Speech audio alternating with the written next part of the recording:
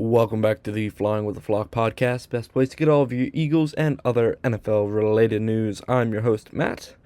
And ladies and gentlemen, we have made it past, what week is it? Week 10. And we are past the halfway mark of the NFL season. So enjoy while it lasts, folks, because it's going a lot faster than you think. And by the time that you blink, it's going to be gone tomorrow. But before we hop into any of the topics that I'm covering today, because trust me, even with that Eagles game, I still find topics to talk about. If you guys could leave a like and subscribe down below, that would be much appreciated. It just shows your support, and it just reinforces this dream of mine to try to produce this podcast. And who knows, if we get to 100 episodes, that is. I don't think we'll ever get to 100 subscribers, but if we get to 100 episodes, who knows what will happen. Maybe I'll have a special guest on, maybe I'll do something weird, wacky, fun, whatever the case. So if y'all could just do that, that would be much appreciated. And without a further ado, after I've just bored you with pleasantries there, let's hop right into this episode. So, obviously, I'm going to talk about the Eagles-Packers game, but it's not going to be as long as normal, because there is very little to talk about. Obviously, the Eagles beat the Packers in Lambeau during a blistering cold night, 10-7. Not the only primetime game that ended 10-7 this past week. We'll touch on that in a little bit here. But, yeah, the Birds' offense, the best way I can describe it is, and I've been trying to figure out for the past 2 days how to describe it. You know, during the winter, when you take a nap in the afternoon, and you wake up, and it's dark out now, and it's about to be dinner, so you can smell the food, the light outside is gone, and you're in that foggy haze just waking up. That's what this Eagles offense feels like. It feels like they took a nap during the bye week, and now they're just waking up, and they need to find their rhythm again. The entire world feels off. It takes an hour to get readjusted. That's what this Eagles offense feels like.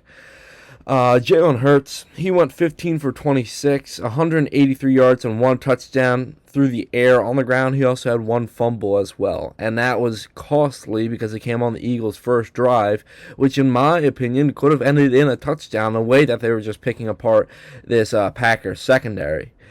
Saquon, he had 22 carries for 60 yards. Needed a better day out of Saquon, but this defense is pretty stout, especially in the run game. Jalen Hurts, he had 5 carries for 27 yards. And Tank Bigsby only had 3 carries for 7 yards. They were shutting down Tank Bigsby because they learned from the Giants game that you need to worry about him as well. Receiving-wise, their lead receiver was Devontae Smith. He had 4 receptions for 69 yards and 1 touchdown. The only touchdown by the Birds today. Dallas Goedert, he had 4 receptions for 43 yards. Saquon had 3 receptions for 41 yards. He was probably the most efficient person on offense based off his numbers on the ground and through the air, ultimately getting over 100 yards of offensive efficiency. Will Shipley had 2 receptions for 17 yards, which is more than A.J. Brown's 2 receptions for 13 yards. Again, another quiet day for A.J. Brown, but yeah, the defense, we'll get into him in a second. Defensive-wise, a lot of good things, in my opinion. This defense was very stout against a Packers offense that can wheel it and deal it, but they've been struggling for the past few weeks. Nakobe Dean had a sack. Jalen Hunt had a pretty big sack that pushed the Packers out of field goal range before halftime. Nolan Smith Jr. had a sack. But where's the man of the hour? There he is, Jaelan Phillips. Jaelan Phillips had 6 total tackles. I think he forced 1 fumble and also had 1 fumble recovery as well, which was a different fumble entirely. On top of that, he had, I think, 1 TFL. So he was very efficient in his first appearance as an Eagle.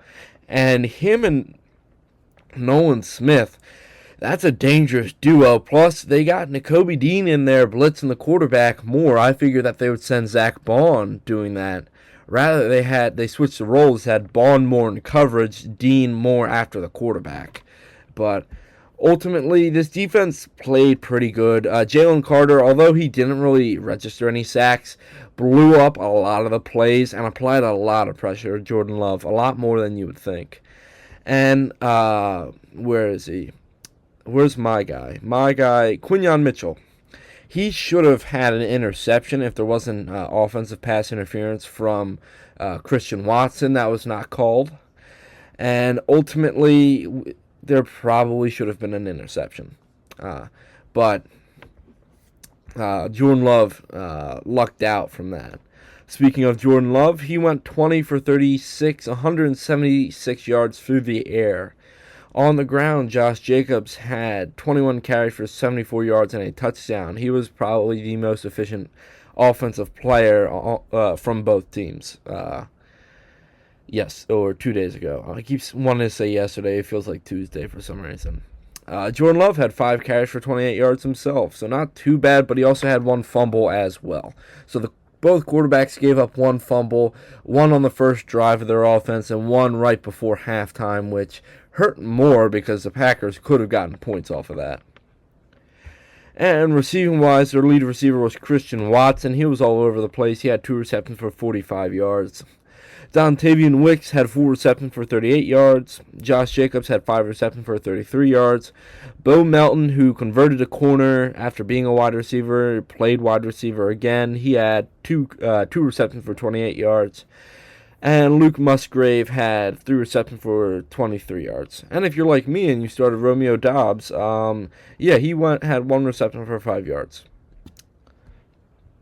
Defensive-wise, Quay Walker was pretty dominant in the running game. He was shooting the gaps pretty good. He was reading where Saquon was going.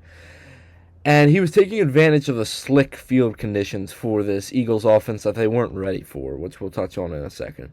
Other than that, nobody really stood out to me on this Packers defense. They just overall did a good job containing this Eagles offense.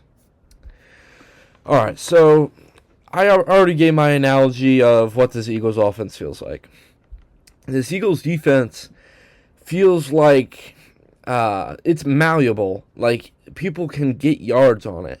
But right now, it feels like that bend, don't break defense that showed up in the second half of the year last year. That was very important for the Eagles Super Bowl run.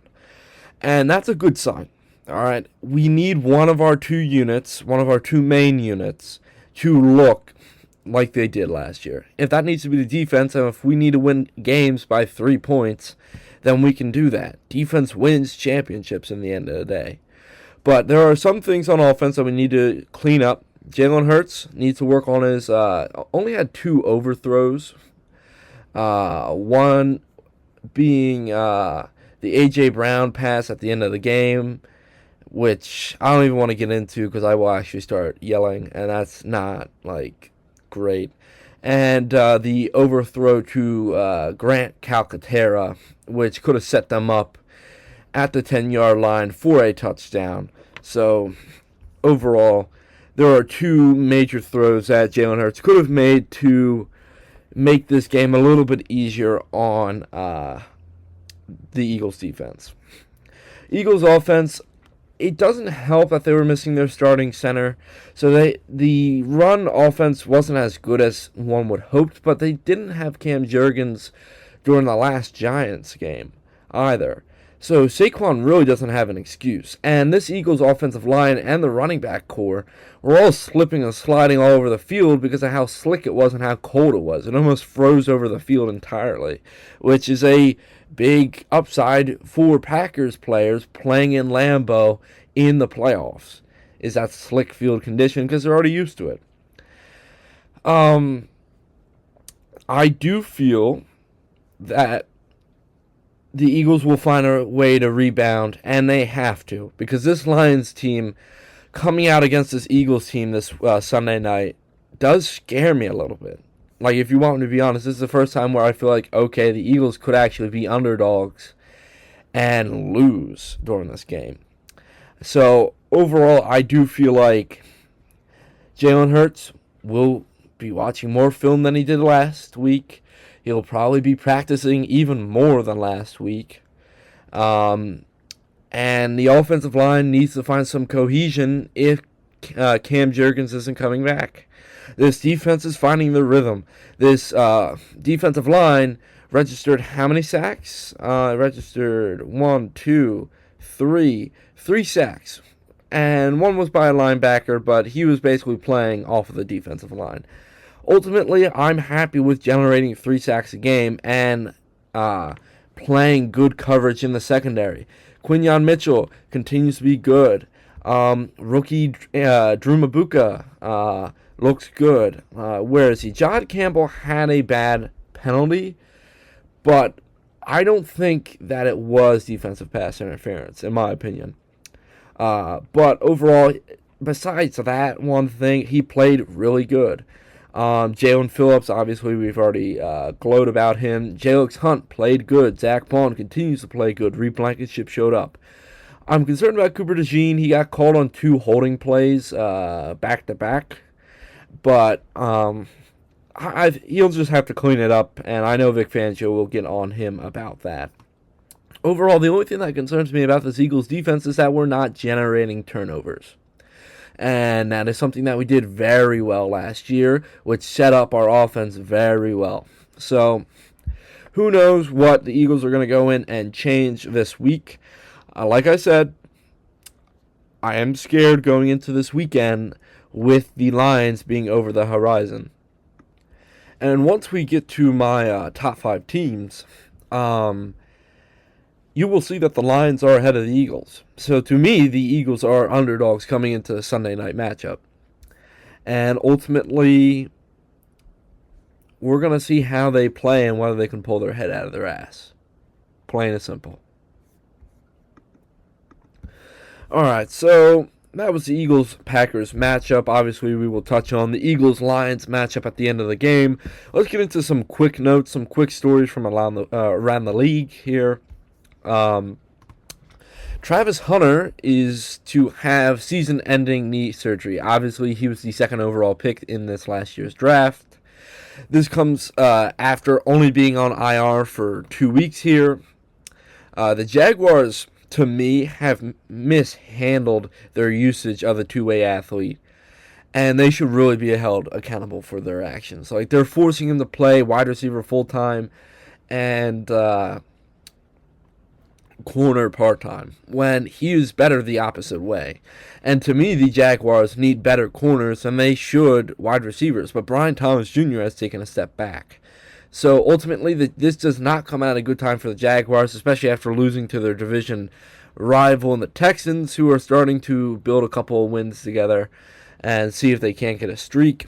And as the Colts barrel ahead with their lead in the AFC South, the Jaguars really need to get their heads screwed on straight and see if they can't find a way to rebound after this news.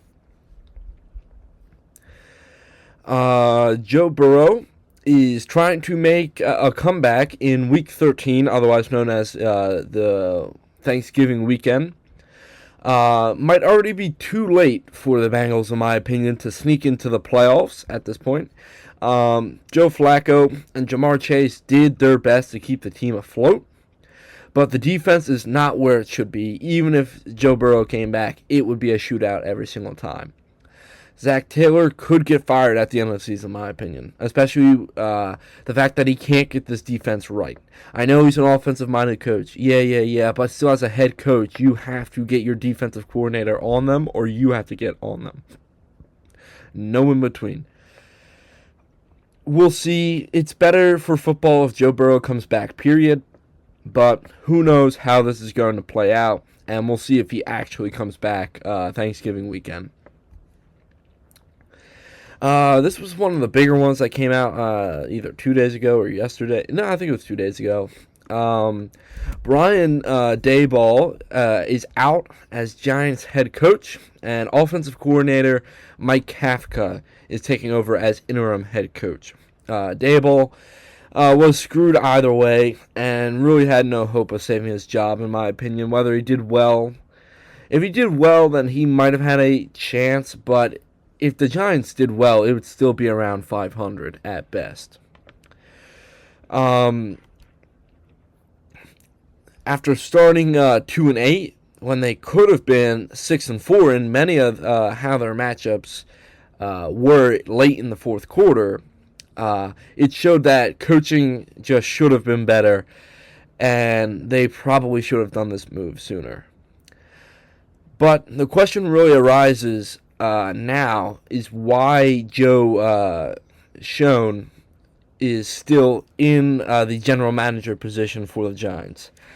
Did drafting Dart and Scadaboo in the same draft this year save his job? And does that mean that there isn't any future where he could get fired after the season, just so they can have some consistency at the front office position? And lastly, a more minor story, but still a story that affects the Eagles in a major way. Cornerback Jaire Alexander announced that he's stepping away from football to contemplate retirement.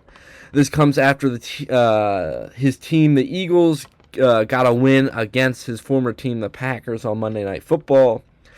Alexander's body just doesn't seem to be up to snuff at this point, and he is considering shutting it down just to preserve his body, maybe even for a future return.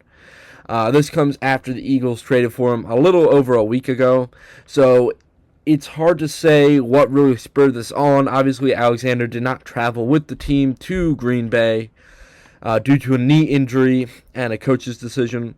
So who knows if he could have played next week? Who knows if there's something else going on? Jaire Alexander just hasn't looked like himself over the past season, so if he announces retirement, it's been a good run, and I do want to thank you for even considering coming to the Eagles to play. Alright, so let's hop into my top 5 teams and why. I'm going to try to keep it briefer this week, because a lot of the teams are the same, but we got a couple of teams that were in the honorable mentions that I think played way above their level, so they jumped up to a high spot. So at number 5, I have the Eagles. We already talked about the Eagles a bunch, but the reason I have the Eagles here at 5 compared to other teams like the Broncos is due to the fact that I believe that the Eagles' offense will figure itself out, especially over the next week. And who knows, they're going up against a harder schedule than a lot of teams. And so the fact that they can sit here and say that they are at 7-2 is fairly impressive to me. At number 4, we have the Colts. The Colts had an amazing game against the Falcons over in Berlin, Germany. But my only problem is why they dropped from 3 to 4 this week is because they struggled against a young Falcons pass rush, which looked good. And so something's going on with their offensive line, which is their key to their success right there. If their offensive line fails in Indianapolis, Daniel Jones gets put flat on his back and he can't do anything, and Jonathan Taylor loses the gaps that have made him so efficient when it comes to running over defenses. So as long as the Colts can get this sorted out and this doesn't become a problem consistently, I feel like that they will be back within the top 3 in a matter of weeks. The Seahawks have played some of the best football over the past, 3-4 weeks that we've seen against the Texans, against the Commanders, against the Cardinals, with the lowest of those scores being 27. So, and the highest being 44. Overall, I do feel like Sam Darnold is finding his rhythm. This Seahawks defense is finding their identity again under Mike McDaniels. Not Mike McDaniels, Jesus. Mike Macdonald. We have too many Mike Micks. Jesus. Obviously, one of their bigger tests is coming up this week against the Rams at 4 o'clock in LA. So we're going to see how everything pans out for the Seahawks moving forward, and if the Rams can break out of my honorable mention spot and jump up into the rankings, and we'll see if the Seahawks can maintain their dominance over the NFC West. Next up, we have the Lions, who have dropped down from 1 to 2.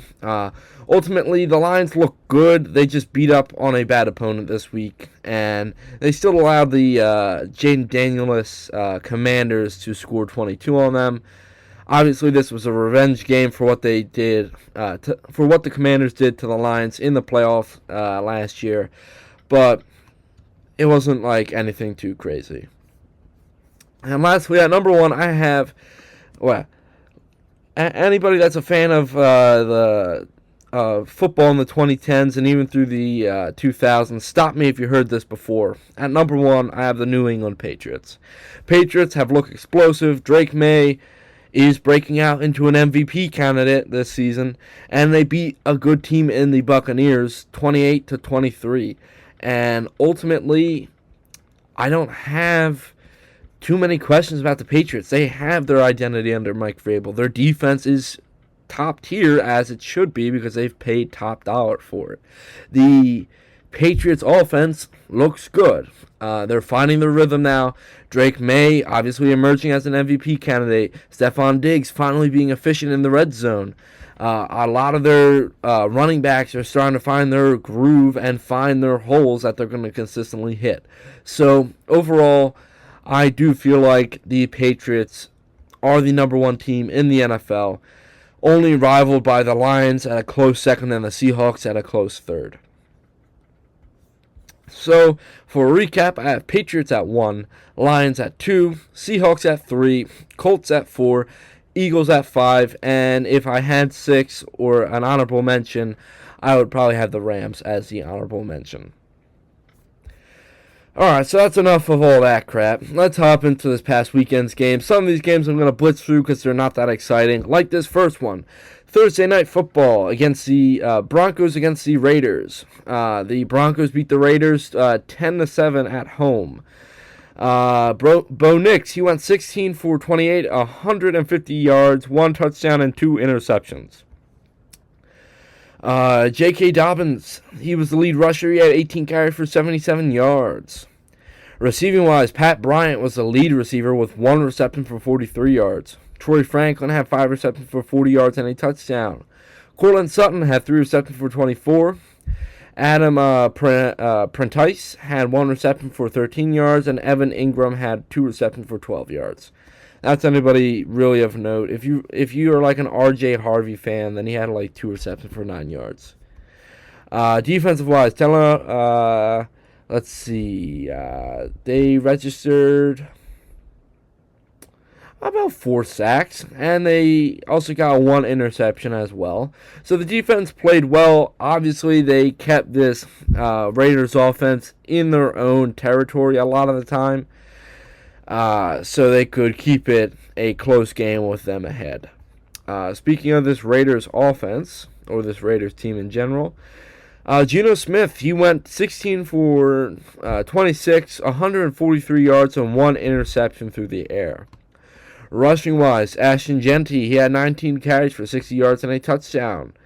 An okay day for Ashton Jeanty, the rookie. Receiving-wise, Tyler Lockett, he had 5 receptions for 44 yards. Brock Bowers, he had 1 reception for 31 yards. Trey Tucker had 2 receptions for 28 yards. Michael Mayer had 3 receptions for 22 yards. And Raheem Mostert had 1 reception for 11 yards. Defensive-wise, they were able to kind of control this Broncos offense and not allow them to break out with Bo Nix.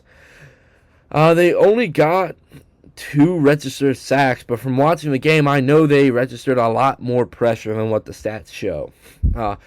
Interception-wise, they had 2 off of Bo Nix. Both was the same guy. It was Kyu Blu Kelly had 2 interceptions, so overall a fairly efficient day for this Raiders defense, and showing that this team has a little bit of life. And, this isn't like a horrible team, just they can't find a way to win games under Geno Smith. Alright, next up we have the Falcons-Colts, the Berlin game. The Colts beat the Falcons 31-25 in overtime. Daniel Jones, he went 19 for 26, 255 yards, 1 touchdown, and 1 interception through the air.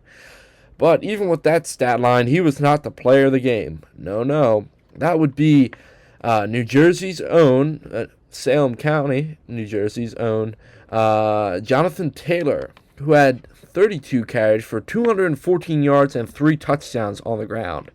And through the air, he still had an effect. He had 3 receptions for 42 yards.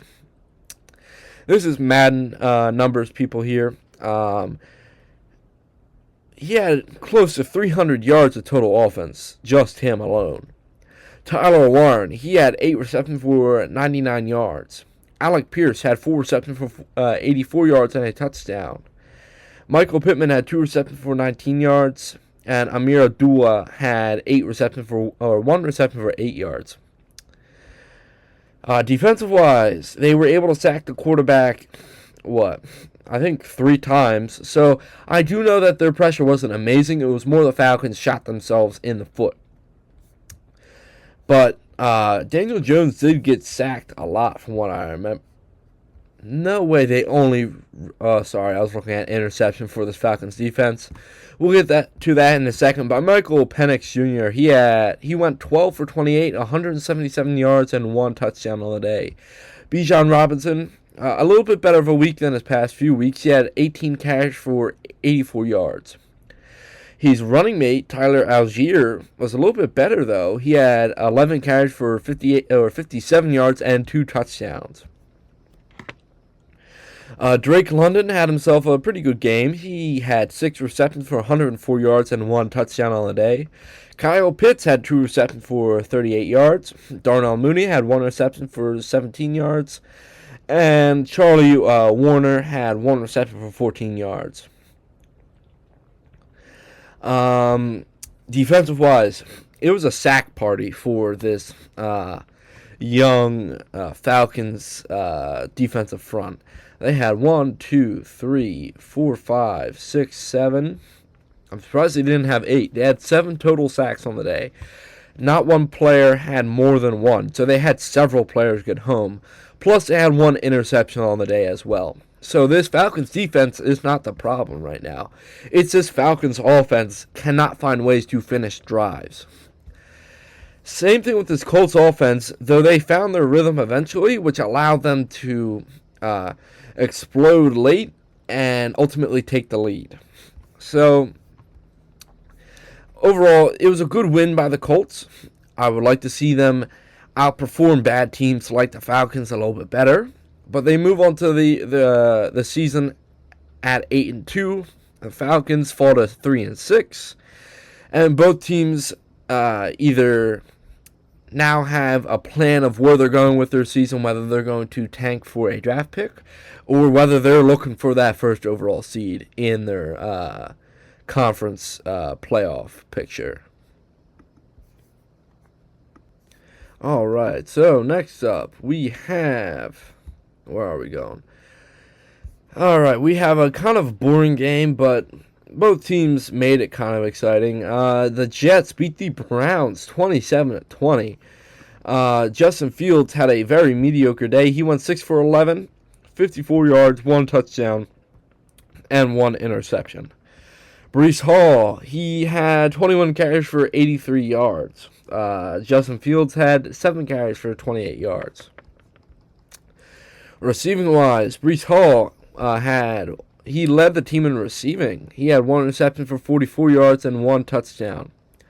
Mason Taylor had 1. Okay, I'm not going to read off this list of who had a reception, because all these receivers that I could read off had 1 reception for at most 4 yards.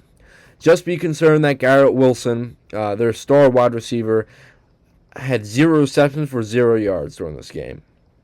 Defensive-wise, they were able to sack the quarterback 6 times, with Will McDonald really getting in there. He had 4 sacks himself.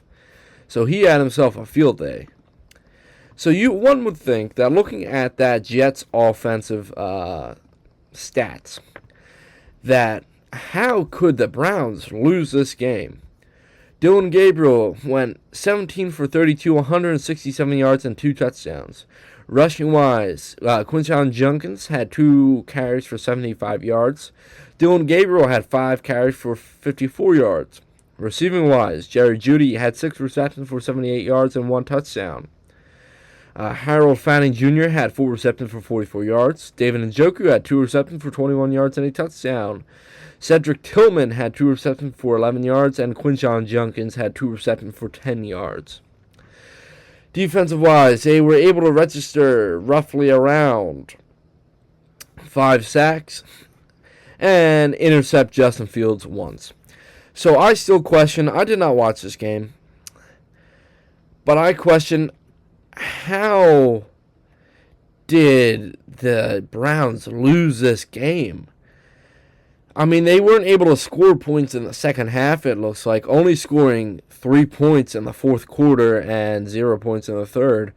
So it begs the question, who's the problem here? Is it Dillon Gabriel, the rookie? Is it Kevin Stefanski, the head coach? Is it this Browns defense breaking when it matters most? Who knows? Because I'm not watching the Cleveland Browns play football. Dear God, I'm not watching the Cleveland Browns play football. They're arguably worse than the Jets. Actually, no, I can't say that. The Jets are... I would be surprised if the Jets win another game this season. And I'd be surprised if Justin Fields has a starting job next season as a quarterback. Plain and simple. Next up, we got another boring game. We got Saints-Panthers. The New Orleans Saints beat the Panthers 17-7. Tyler Shough got his first career win. The rookie went 19 for 27, 282 yards and 2 touchdowns. He balled out during this game. Alvin Kamara took a little bit of pressure off the rookie. He went 22 for 83 on the ground. Receiving-wise, Chris Olave had a pretty big game, probably his biggest of the season. He had 5 receptions for 104 yards and 1 touchdown through the air. Juwan Johnson had 4 receptions for 94 yards and a touchdown. Alvin Kamara had 3 receptions for 32 yards. And Foster Moreau had 2 receptions for 16 yards.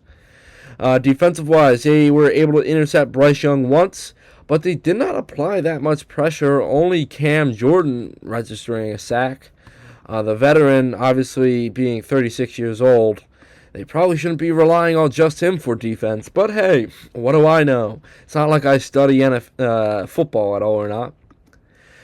All right, moving over to the Panthers. Bryce Young had a pretty bad day. He went 17 for 25, 124 yards, and 1 touchdown on the day. Rushing-wise, Rico Dowell had 18 carries for 53 yards and 1 touchdown. A pretty subpar day considering what he's been able to generate for this offense in the past. Their lead receiver was Terrell McMillan. The rookie himself had 5 receptions for 60 yards. Jatavion Sanders registered 5 receptions for 32 yards. Behind him was Jalen Coker with 3 receptions for 21 yards, and that's anybody else of note. Defensive-wise, they were able to register 2 sacks on the rookie quarterback, but were not able to force any turnovers to make this a 3-point game, or a closer game at the very least. Ultimately, Tyler Shough played pretty good. I mean, look, it's his first career win, and they're not going to get many more wins this season. Going up against that Falcons pass rush, that's going to be dangerous for the Saints team. Going up against the Dolphins team that just beat the Bills, which we'll get into in a minute, that could be a loss. Buccaneers could be a loss. Panthers are going to look to get their lick back. Jets could be a win. Titans could be a win. So they could end up with four wins on the season if Tyler Shough can play like this moving forward. Obviously, one would hope that he would generate a little bit more offense, especially in the red zone, but we'll have to wait and see how the rookie performs moving forward. All right, next up we have probably the game of the week in my opinion, that being the Patriots versus the Buccaneers. The Patriots beat the Buccaneers 28-23. Drake May went 16 for 31, 270 yards, 2 touchdowns, and 1 interception on the day. Trevion Henderson had 14 carries for 147 yards and 2 touchdowns. He was their lead rusher today. And Drake May had 7 carries for 13 yards as well. Receiving-wise, Matt Collins led the team. He had 6 receptions for 106 yards. Kyle Williams had 1 reception for 72 yards and 1 touchdown. Stephon Diggs had 5 receptions for 46 yards and 1 touchdown. Demario Douglas had 2 receptions for 34 yards, and Hunter Henry had 1 reception for 9 yards. Defensive-wise,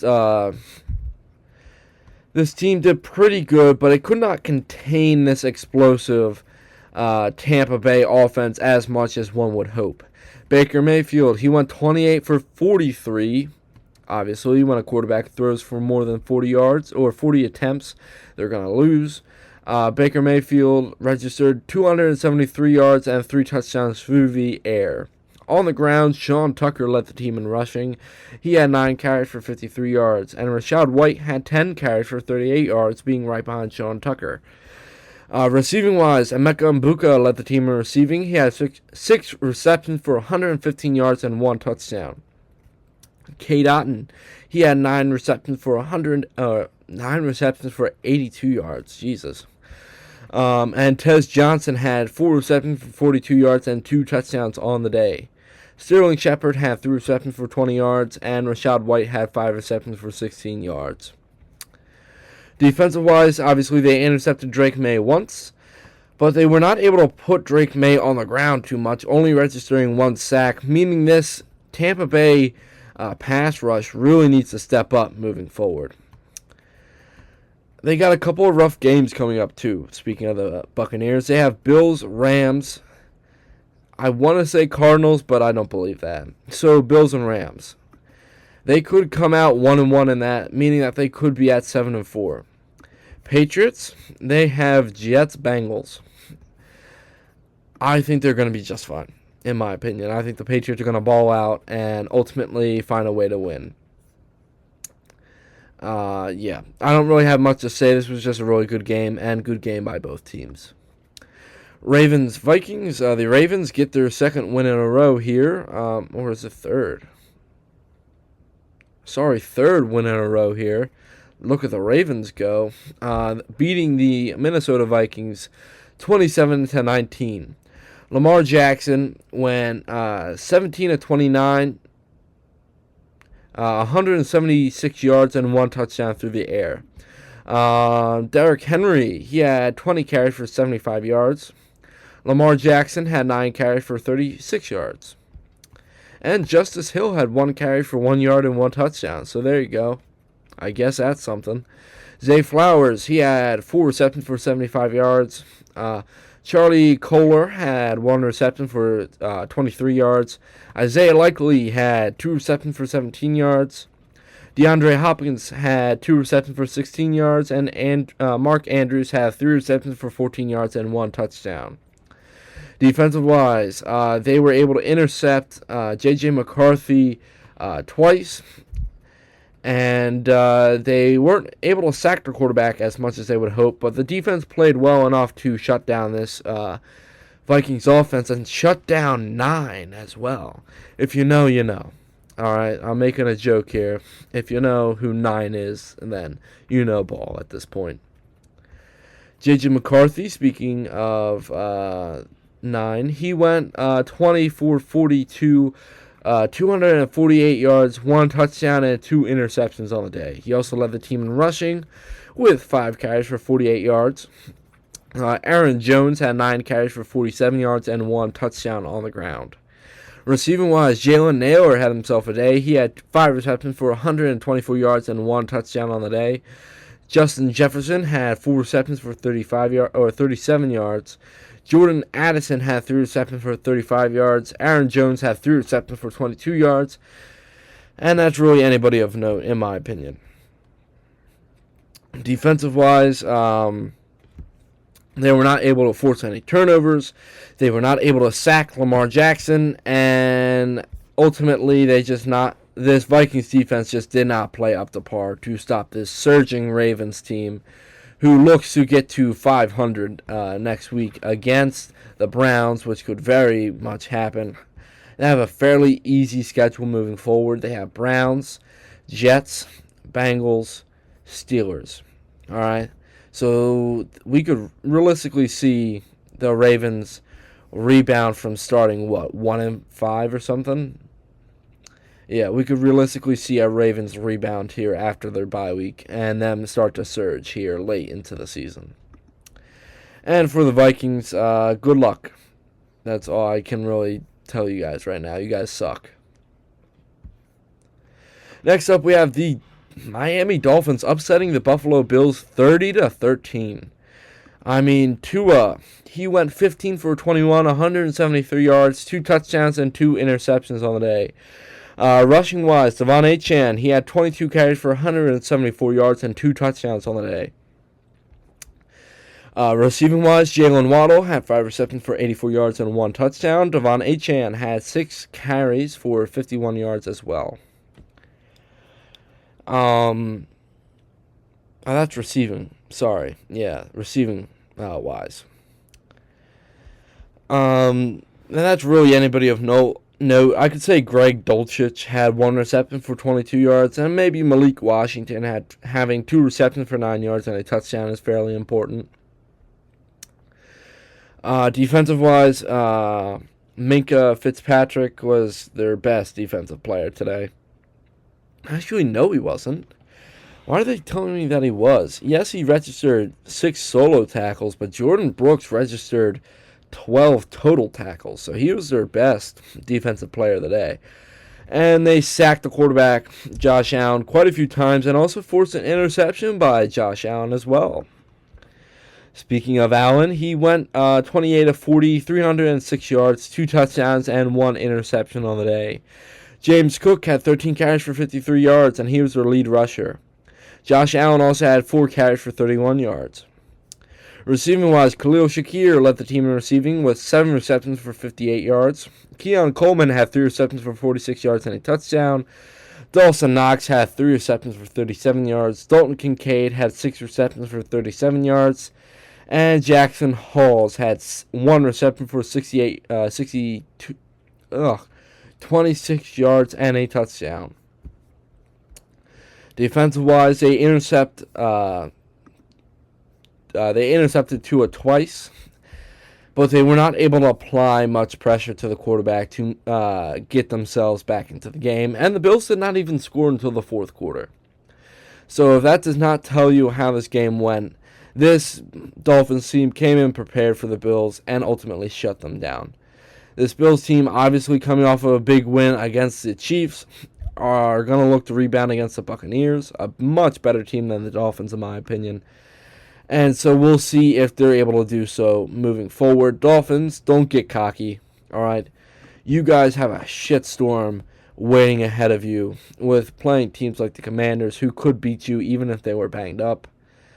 The Saints could be a win. Jets, I don't know. That's a toss-up. Steelers, Bengals, Buccaneers.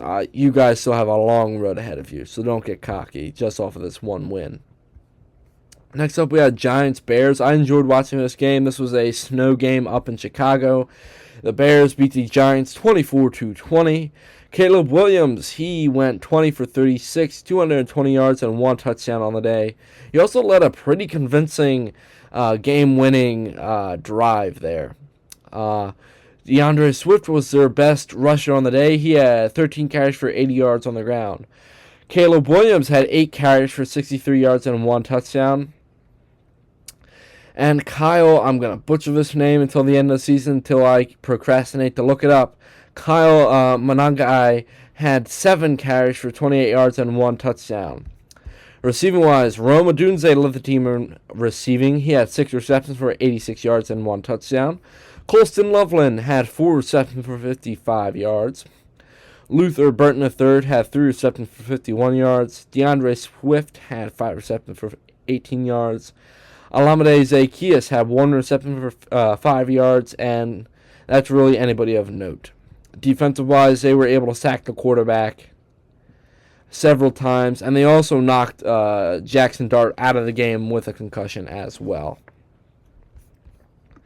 Speaking of Jackson Dart, before he went out with a concussion, he went 19 for 29, 242 yards through the air, just trying to keep his team in the game.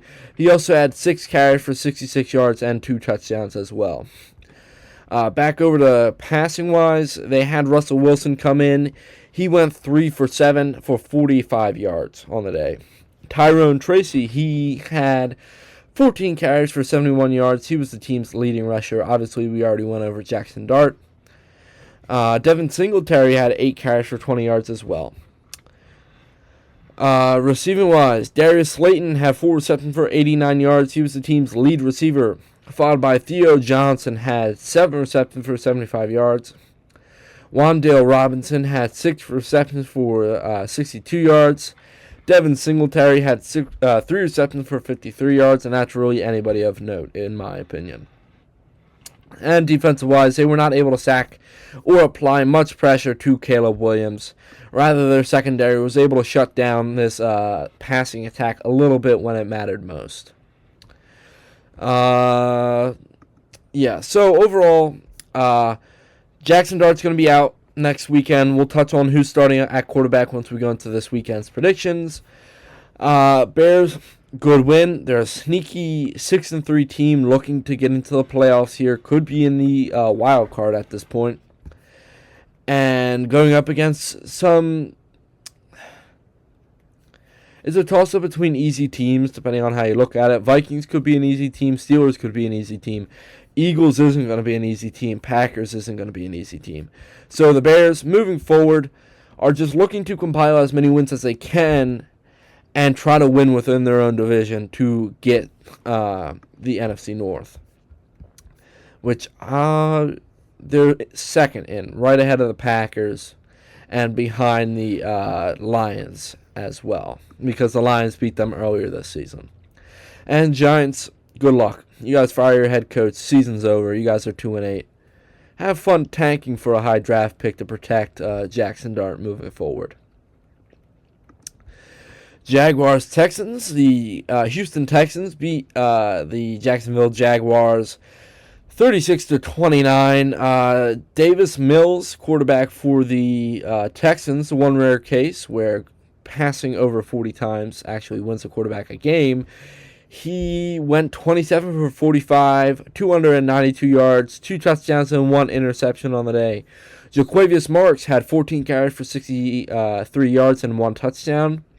And Davis Mills had 3 carries for 20 yards and 1 touchdown. Nick Chubb also had 5 carries for 47 yards as well. Receiving-wise, Nico Collins had himself a day. He had 7 receptions for 136 yards, and Dalton Schultz had 7 receptions for 53 yards and 1 touchdown. Jaden Higgins, the rookie, had 5 receptions for 42 yards and a touchdown, and Jalen Noel had 4 receptions for 35 yards. That's anybody else I'm really going to note here. Defensive-wise, they were able to put Trevor Lawrence on his back several times and intercept the quarterback as well. Speaking of Trevor Lawrence, he went 13 of 23, 158 yards, 1 touchdown, and 1 interception on the day. Travis Etienne had 16 carries for 58 yards and 1 touchdown. He led the team in rushing. Trevor Lawrence had 5 carries for 35 yards. And that's anybody else of note in the rushing room. Receiving-wise, Jacoby Myers led the team. They just acquired the wide receiver. He has 3 receptions for 41 yards, followed by Austin Trammell. He had 2 receptions for 33 yards. Parker Washington had 3 receptions for 33 yards and a touchdown. Johnny Mund had 1 reception for 21 yards, and Travis Etienne Jr. had 2 receptions for 19 yards. Defensive-wise, they were able to sack the quarterback twice, applying not enough pressures to really slow down Davis Mill that much. Obviously, they did intercept Davis Mill, but it's still a concern that they were not able to sack the quarterback as well as one would hope. Especially with this Jaguars defense being the main focal point of this team. Now with the team falling to 5-4, it starts to bring up questions of, will they even be able to get a wild card spot? As of right now, if the playoffs were to start today, they would be the 7th seed. But the Chiefs are breathing down their neck right now. And the Texans aren't too far behind them themselves. Obviously, I don't think any team in the AFC South right now is going to beat the Colts. But moving forward, we're going to see how these bottom few places in the AFC South shake out due to how badly the Jaguars play moving forward. All right, we're going to blitz through this one. Seahawks, Cardinals. Seahawks won 44-22. Sam Darnold really didn't throw the ball. He went 10 for 12, 178 yards, 1 touchdown and 1 interception. Rushing-wise, Zach Charbonnet led the charge with 14 carries for 83 yards and a touchdown. Kenneth Walker had 14 carries for 67 yards. And sure, he'll get a mention. George Holani had 7 carries for 31 yards and a touchdown. Receiving-wise, Jackson Smith and Jigba had 5 receptions for 93 yards and 1 touchdown. Cooper Kupp had 2 receptions for 74 yards. And that's really anybody of note, realistically. Defensive-wise, they were able to sack the quarterback quite a few times, sacking Jacoby Brissett 5 or 6 times, and ultimately just quelling whatever offense that the Cardinals could have gotten going. Speaking of Jacoby Brissett, he went 22 of 42, 258 yards and 2 touchdowns through the air. Rushing-wise, Amari DiMercato had 4 carries for 64 yards. He led the team in rushing. Jacoby Brissett had 4 carries for 31 yards. And Zonovan Knight had 10 carries for 28 yards.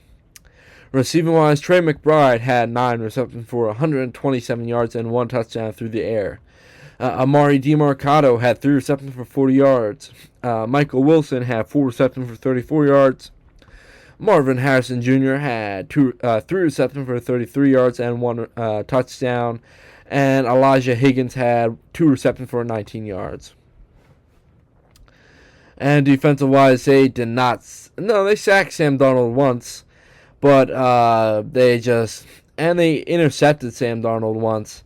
But overall, it just wasn't enough to cut down this monumental lead by Seattle, who led 38-7 at halftime.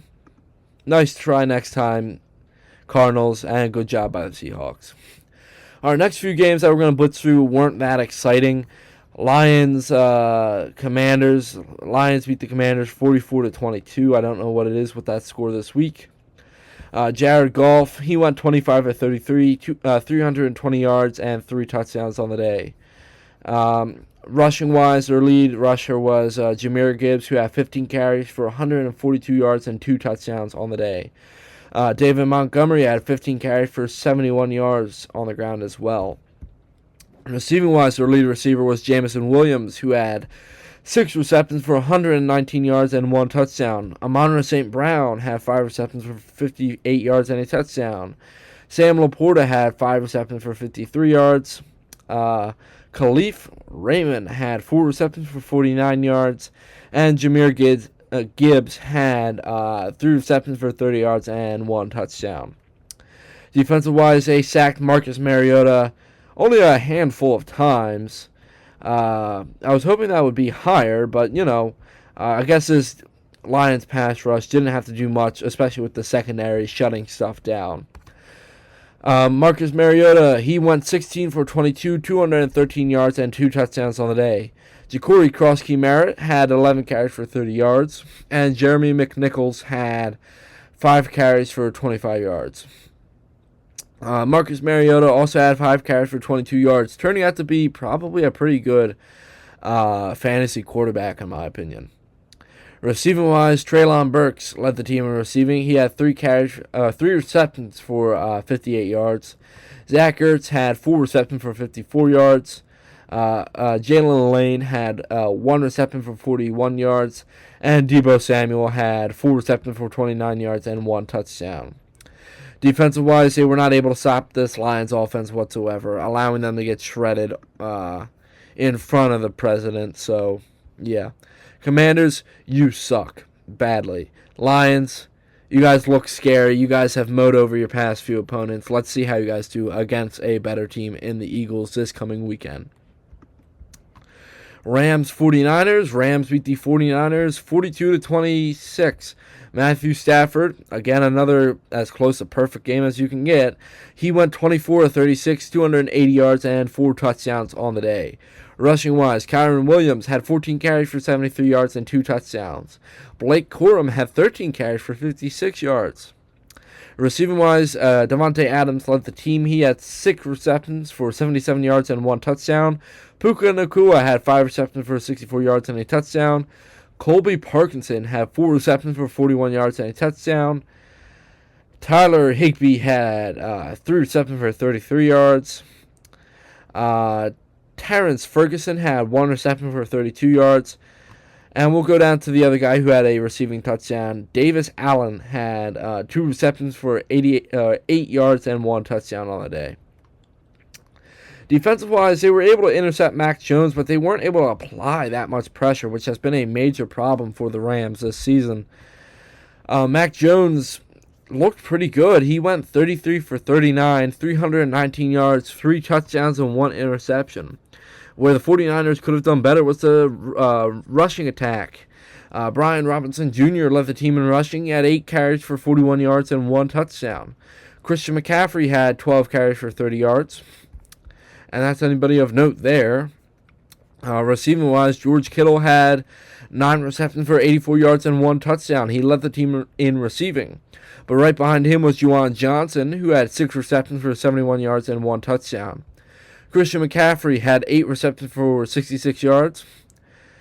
And Demarcus Robinson had 3 receptions for 34 yards. Defensive-wise, they were not really able to sack the quarterback at all, and they were not able to turn Matthew Stafford over as well. Yeah, moving on to the next game. And if you thought that the first 2 primetime games, both Thursday night and Monday night, were boring, then you'd be surprised, because Sunday Night Football found a way to be outrageously boring as well, with the Chargers beating the Steelers 25-10. Justin Herbert had himself a pretty good game. He went 20 for 33, 220 yards, and 1 touchdown on the day. Kamani Vidal, he had 25 carries for 95 yards and 1 touchdown on the ground. Justin Herbert himself had 5 carries for 19 yards. Receiving-wise, Ladd McConkey, he had 4 receptions for 170 yards and 1 touchdown. Quentin Johnson had 5 receptions for 42 yards. Keenan Allen had 2 receptions for 19 yards. Kamani Vidal had 1 reception for 13 yards. Ordenon Gaston had 3 receptions for 13 yards. And that's really anybody else of note that I'm going to touch on here.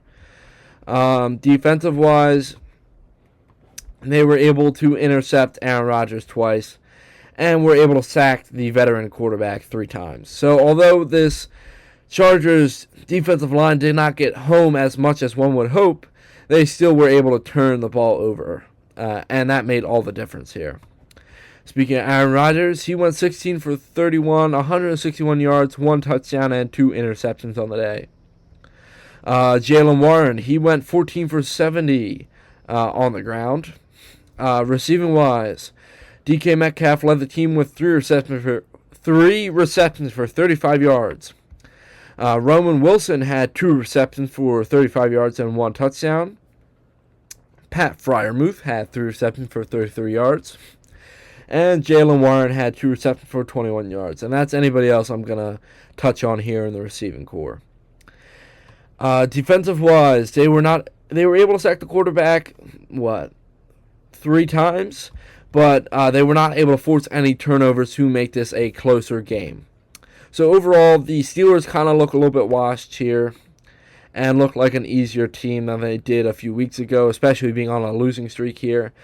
And the Chargers ultimately look good, just not great, and not, I guess, good enough to compete with the big dogs in their division, with the Chiefs coming off of a bye, looking to surge and get into the NFL playoffs, and the Broncos looking to double down on their dominance on the AFC West right now. All right, so that was this past weekend's games. We are going to catch up on this coming weekend's games. Well, I get to that. Last week on my picks, I went 8-6, putting me at 97-51 on the season when it comes to picking games. Hopefully, we can get that above 500 this week.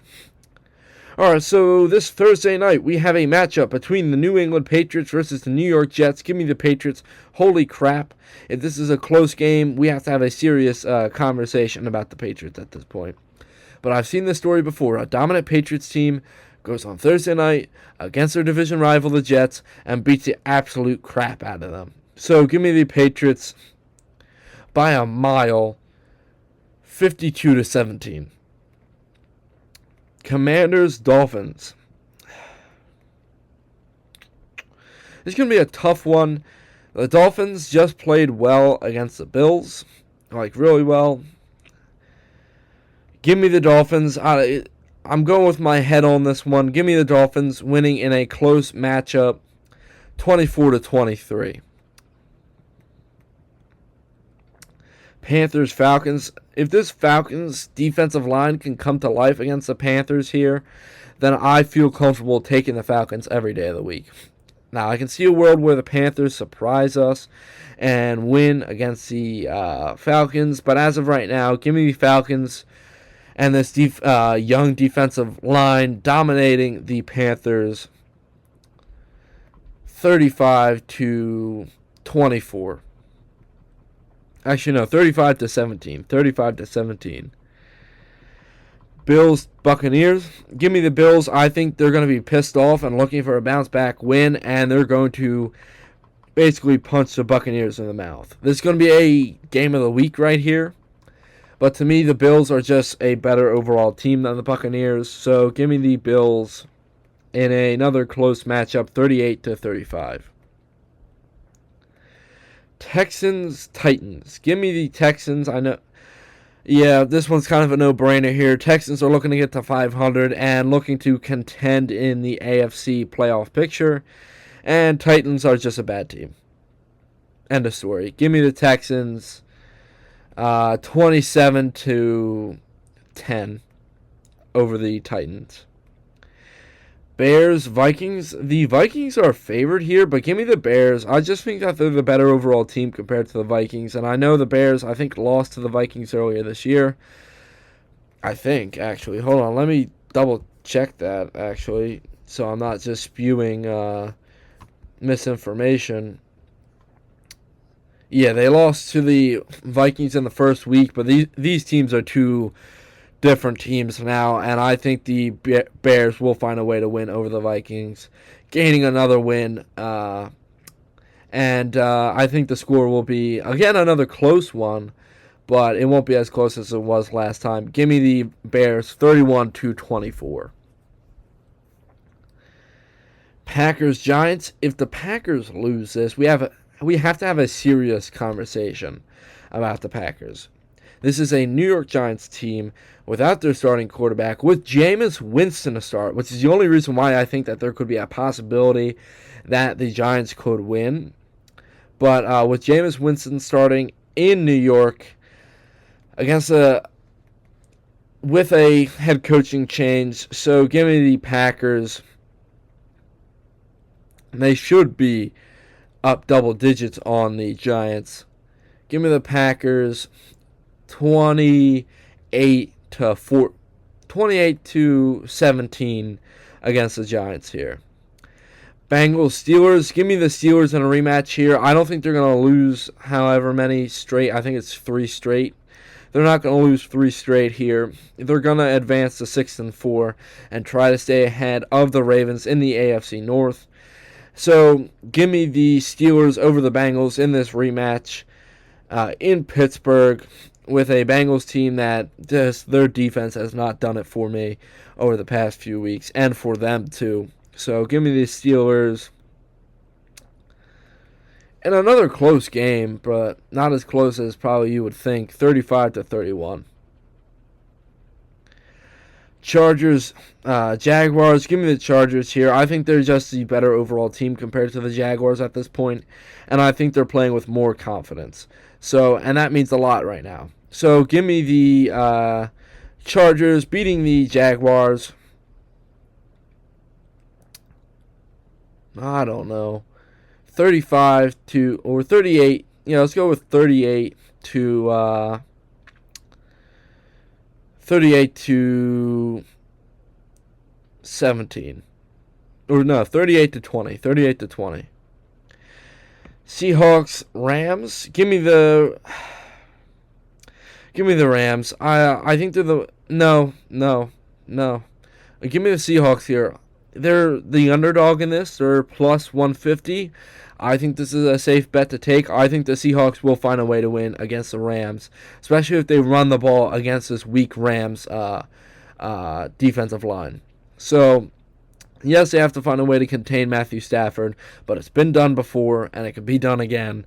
So give me the Seahawks in the upset against the Rams here. 31 to 28.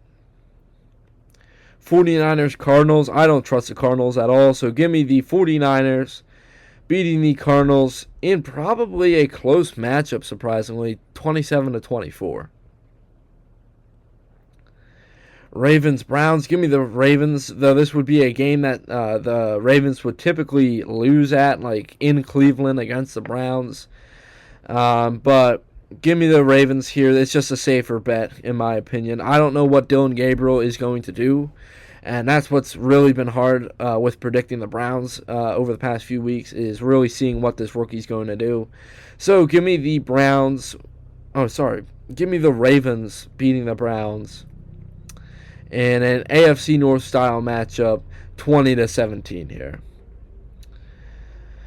Chiefs, Broncos. Give me the Chiefs. They're coming off of a bye week, and I trust Andy Reid more on the bye week than I do the Broncos coming off of whatever the hell that last Thursday night football game was. So give me the Chiefs beating this fraudulent 8-2 Broncos team 31 to 20. We got Sunday Night Football. We got Eagles-Lions. This game is pretty close, with the money line being favoring the Eagles minus 140 since they're at home. Give me the Eagles. I think the Eagles will find a way to wake up. They'll get this passing attack more lethal and going, which will open up this rushing attack for Saquon. And ultimately, they will just find a way to win a tight matchup, 21 to 17 over the Lions. Cowboys, Raiders. Give me the Cowboys. I just don't trust the Raiders at all. And this is Monday Night Football too. The Cowboys are looking to shine, especially after Marshawn Nealon's passing.